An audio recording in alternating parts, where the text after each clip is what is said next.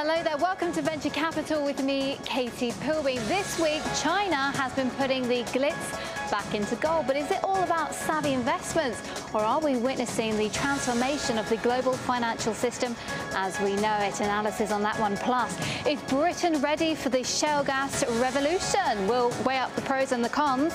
Corporate news to come, as well as checking in with our in-house investor here, Sean Thomas, to find out what he's been working on in terms of the Russian stocks and how his $10,000 is performing. That's all still to come. But first of all, let's talk about the Eurozone, because the region is officially out of recession. It's been a roller coaster ride for the Eurozone since 2008, when the wheels began to give way and the only direction seemed to be down. But the mechanics of the system seem to be coming together, well, some parts of it anyway. The region as a whole has grown 0.3% in the second quarter of this year, after enduring 6 months of contraction.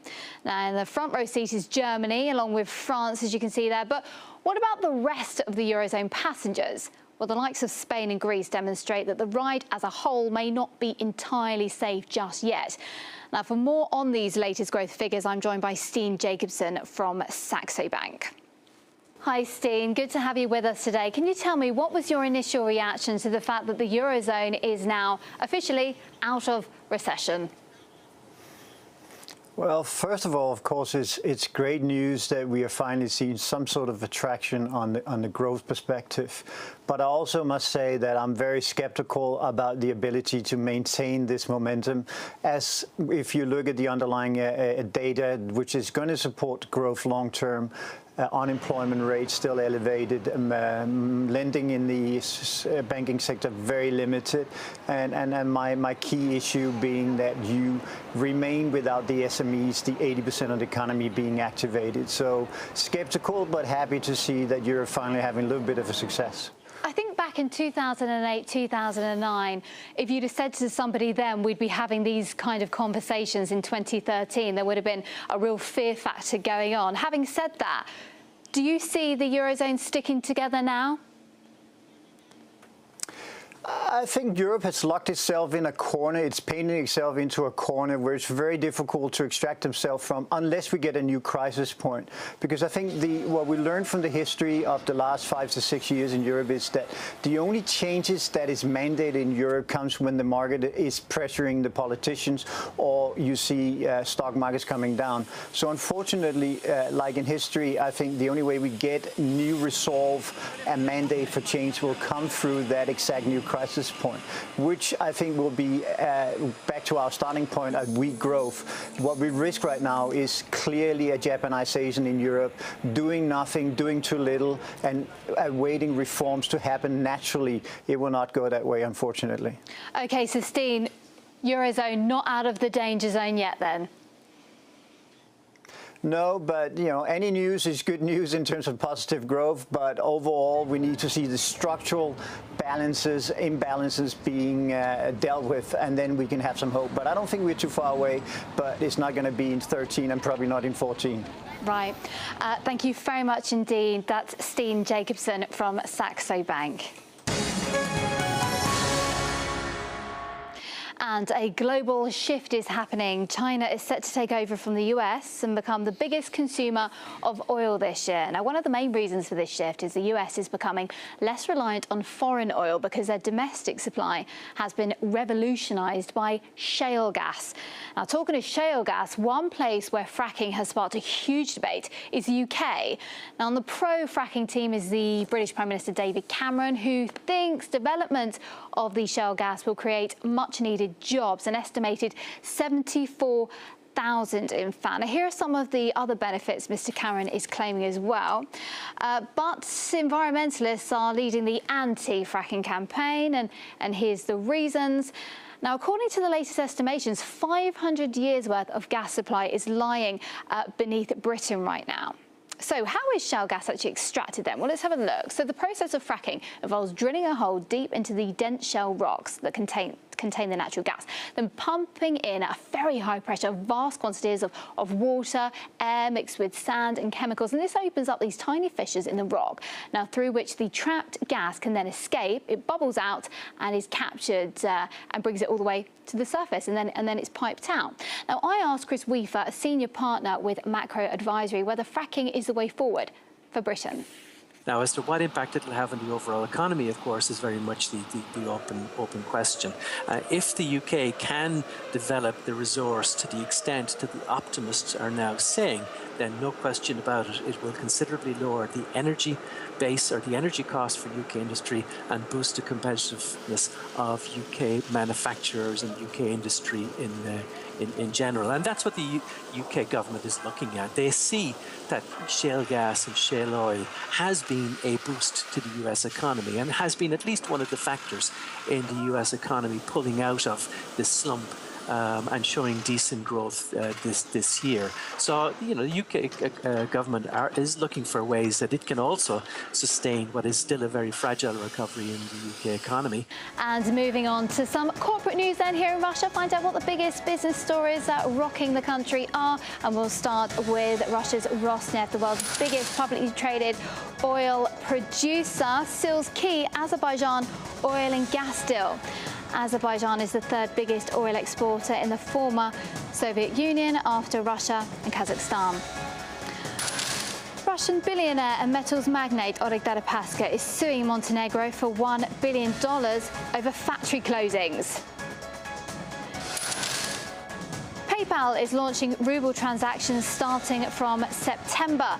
The Russian ruble will become the payment system's 26th currency. Checking in with our in-house investor here at RT, Sean Thomas, to find out how he's been getting on with Russian stocks. Hey, Sean, good to see you. So as we know, you were given $10,000 US to invest. It's your second week in the job, so we are expecting results. Tell us how you've been getting on. Well, I was expecting results too, but I'm going to have to say, wow, this is confusing. Okay, so when the numbers are going up and down and the charts and graphs are all over the place, when it's going down, that's bad, right?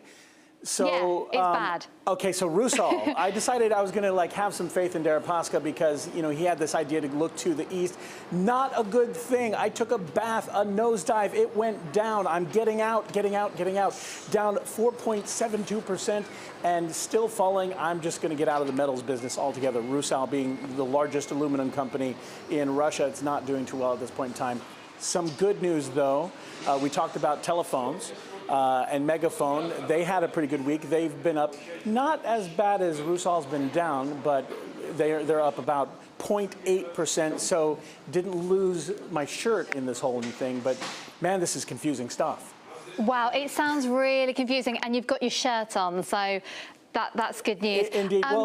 Well, also Rusal, they're actually having some meetings this week to talk about even closing down some of their facilities. So it really is time to get out on that one as far as I'm concerned. Okay, and what's up your sleeve for next week? All right, so energy, oil. Everyone talks about how Russia is like an energy giant, and this is what they know. So I'm going to try and do some recuperating from this huge Rusal loss. I'm going to go into Gazprom and see what I can do on the oil side of things, because I hear Gazprom is rallying. In fact, they're up 2.4%.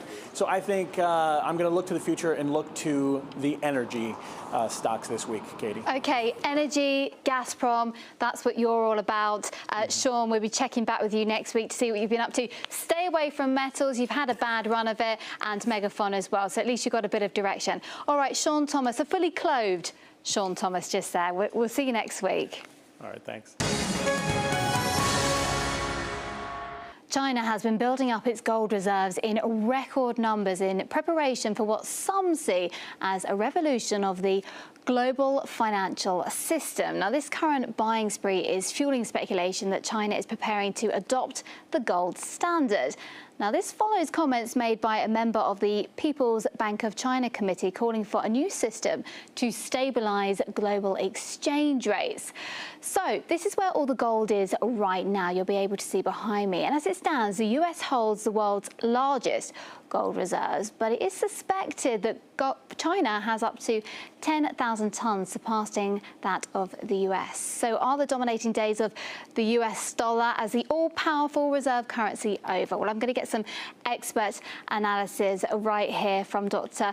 William Wilson from the Skolkovo Business School. So tell me, presuming that China is doing this on purpose, this is why it's buying up all the gold, is this the right decision? Is this the right way forward? Well, we know China's been buying gold in recent years. We don't know how much gold. The Chinese officials have not released any official statistics on it. But we know this. The Chinese have 3.5 trillion in foreign exchange reserves. That's about 50% of their GDP.